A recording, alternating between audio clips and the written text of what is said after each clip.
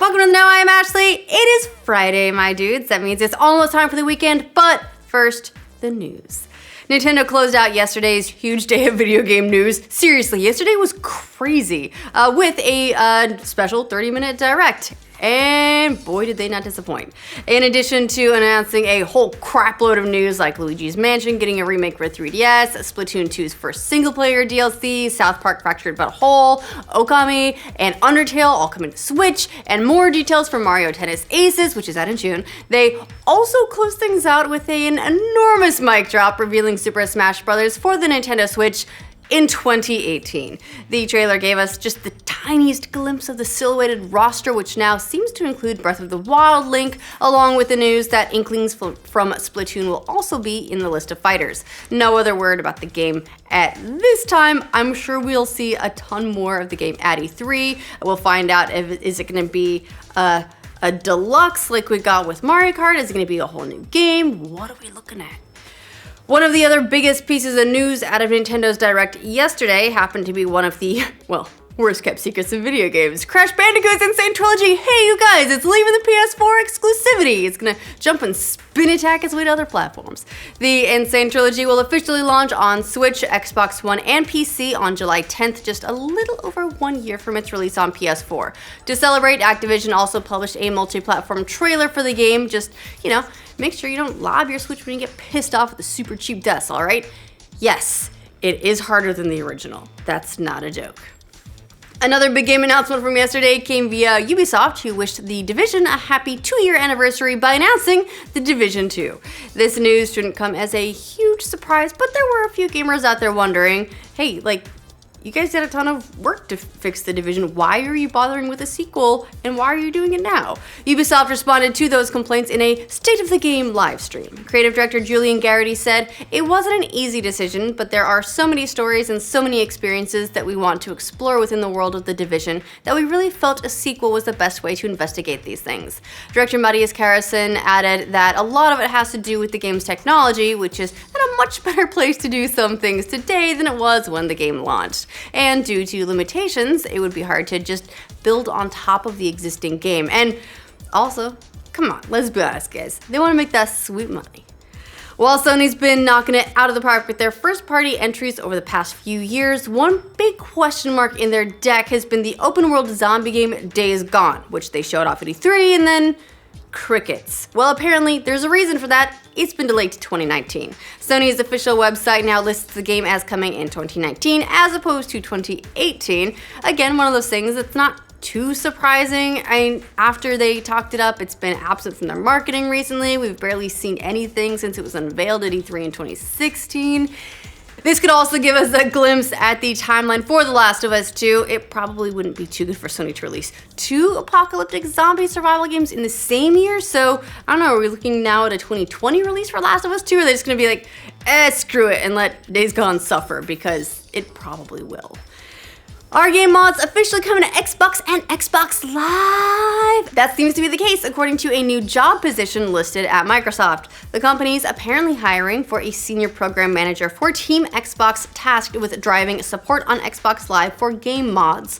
The listing goes on to say that the role will have a unique opportunity to shape and bring to market a new set of services, tools, and experiences, allowing game developers to easily integrate mods into their games, communities of passionate fans to create and share awesome and engaging content for the games they love, while keeping everyone on the network safe from abusive content. Xbox has dabbled in some game mods already with Fallout 4 and Skyrim Special Edition. Given their recent push for PC integration, this does seem like a very cool potential next step. So, Halo 6's mod support, please? If you've ever wanted to play Fortnite on your phone, 1, why? But 2, hey, guess what? It's gonna be a possibility. Epic announced that the game's Battle Royale mode is coming to iOS and eventually Android devices. It said on the studio's website, in partnership with our friends at Sony, Fortnite Battle Royale will support cross-play and cross-progression between PlayStation 4, PC, Mac, iOS, and eventually Android. This means players across devices can squad up with friends and play together. Unless you're on Xbox. No release date yet, but starting Monday, iOS players can sign up at Fortnite.com for an invite event where they can download the game and try it out. You'll need to be running iOS 11 on at least an iPhone 6S or SE, an iPad Mini 4, iPad Pro, iPad Air 2, iPad 2017. Of course, a phone doesn't seem like the ideal environment to play a game like Fortnite, especially if it's got crossplay. I mean, you're gonna be cannon fodder, but hey, the idea of cross-platform play in general, pretty cool. We've got to look at what the developer behind PlayerUnknown's Battlegrounds has planned for the rest of this year. The game's released out of beta in December, and since then we've seen stuff like new maps. Well, I mean, they technically released the map with launch. We've seen some changes in spawning locations, but recently Brendan Green's released a roadmap for what they've got planned over the rest of this year. It's pretty extensive, and maybe the biggest news is that the game will be getting new modes, but Green didn't elaborate on what those might be. Also, we can expect new vehicles, new weapon attachments, as well as new achievements, in-game friend lists, some cool customization features like weapon skins.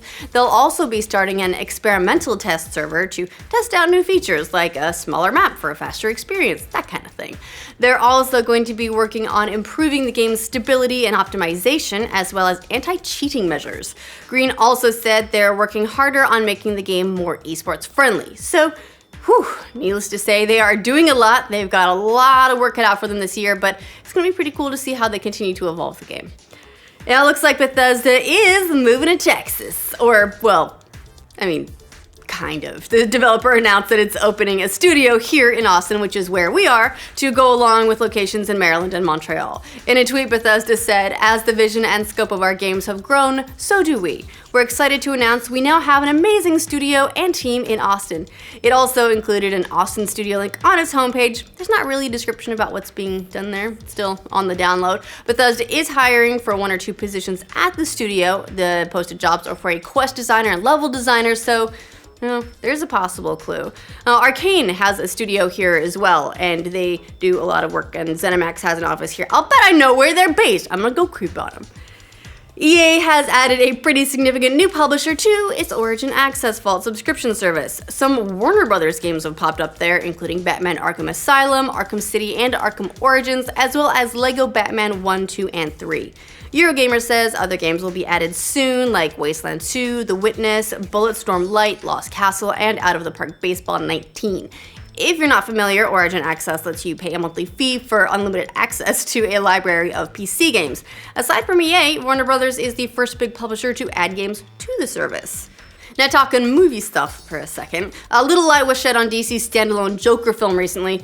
You might remember this one. It's the weird Joker movie that Joaquin Phoenix is probably attached to. It's being directed by The Hangover's Todd Phillips. It won't really impact the other DCEU titles. The Wrap reports that this version of the Joker will start out as a failed 80s comedian and turn to a life of crime after that. What's interesting about that is that it kind of actually parallels a dark 80s movie called The King of Comedy, which was directed by Martin Scorsese, who is, in fact, producing this film. I don't know, kind of interesting that DC is expanding its brand beyond the traditional DCEU films, but it still remains to be seen how projects like this end up. Are they going to be confusing fans more than exciting them? How are they going to fit into all this? Do they need to? Does anyone care? You know. Hey, I know you guys have been asking for it. You've been asking real hard, and guess what? You're gonna get it. They're making another Terminator movie. This time they are gonna take a different approach, potentially because it didn't really work out all that great last time. Original Terminator director James Cameron is back in the fold, helping produce and break the story for new director Tim Miller, who helmed the first Deadpool. They're not only bringing back Arnold Schwarzenegger and Linda Hamilton, which is pretty rad, they're also throwing out every Terminator story after Judgment Day. Those movies, they don't exist anymore now, which, I mean, isn't a huge loss, I guess, for being honest. This new film added its first new cast member in the form of Mackenzie Davis, co-star of one of the best Black Mirror episodes, San Junipero. According to Variety, Davis will likely be playing a villain of some sort, and the production is still on the lookout for a new protagonist character to officially take the torch from Linda Hamilton's Sarah Connor to be the new top hero of this franchise. This as yet untitled Terminator sequel has a July 26, 2019 release date, so it seems like they're going to be ramping that up real quick, getting it all ready, and then filming very soon.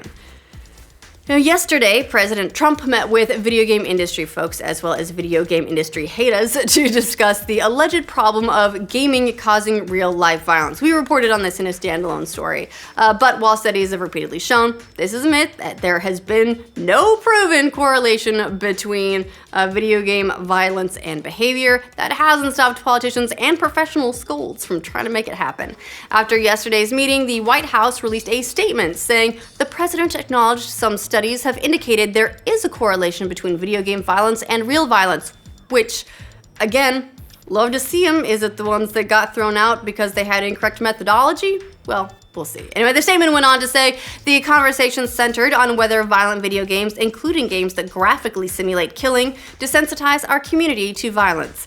It added that the meeting is part of ongoing discussions with local leaders and Congress on issues concerning school and public safety and protecting America's youth.